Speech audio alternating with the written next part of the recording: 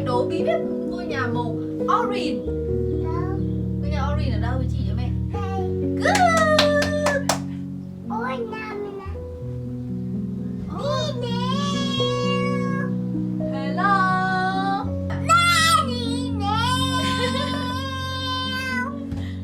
Let it go. Let it go.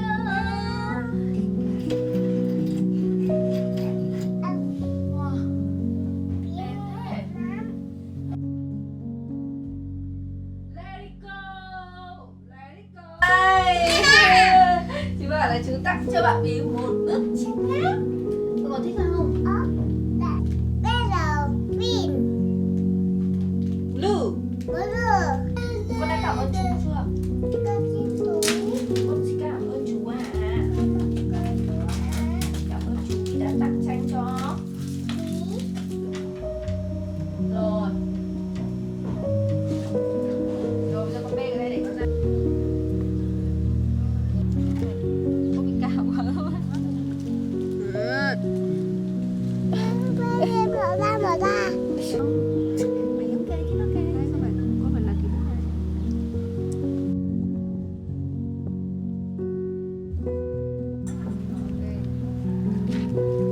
Ôi sao bạn bị giỏi quá.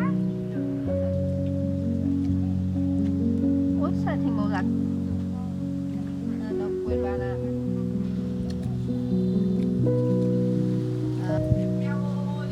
đuôi xong rồi Đi xong rồi à?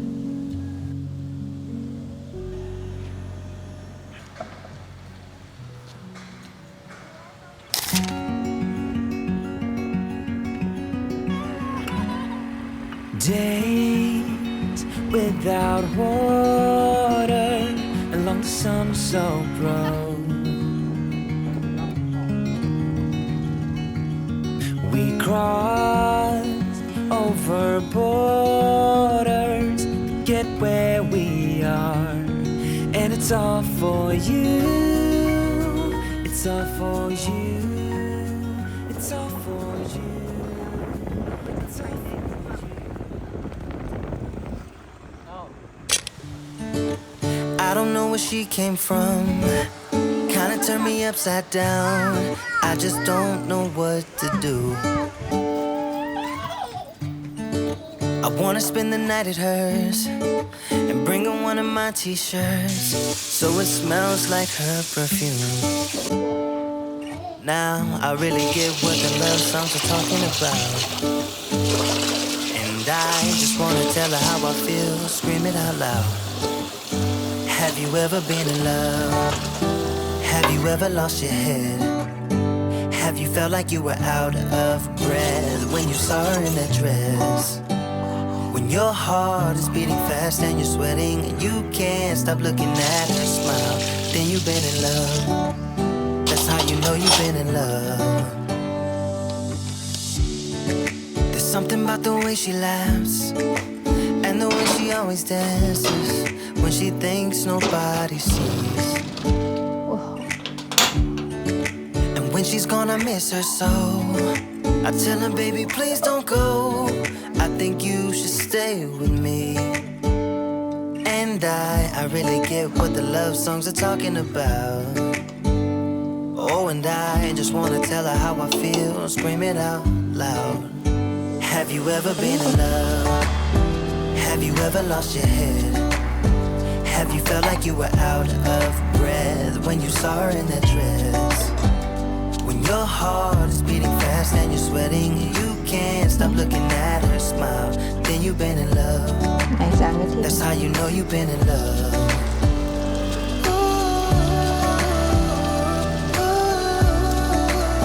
Nghĩ dầu nữa.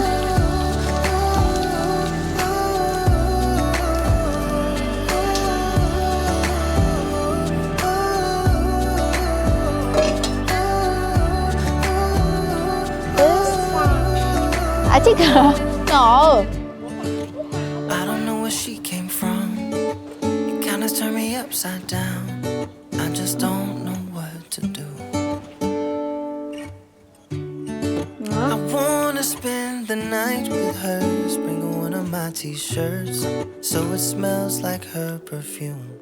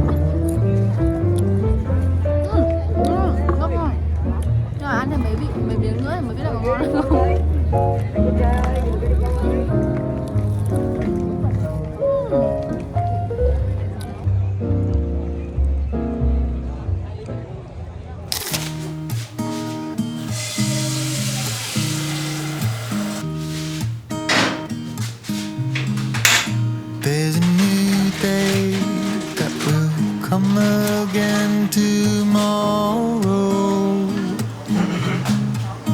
There's a new day to wash away the pain. There's a new day to take away your sorrow.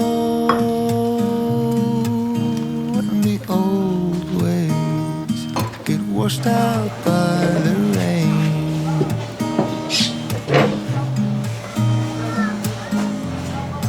Darling, you've got to keep holding on through the night, 'cause I promise you this: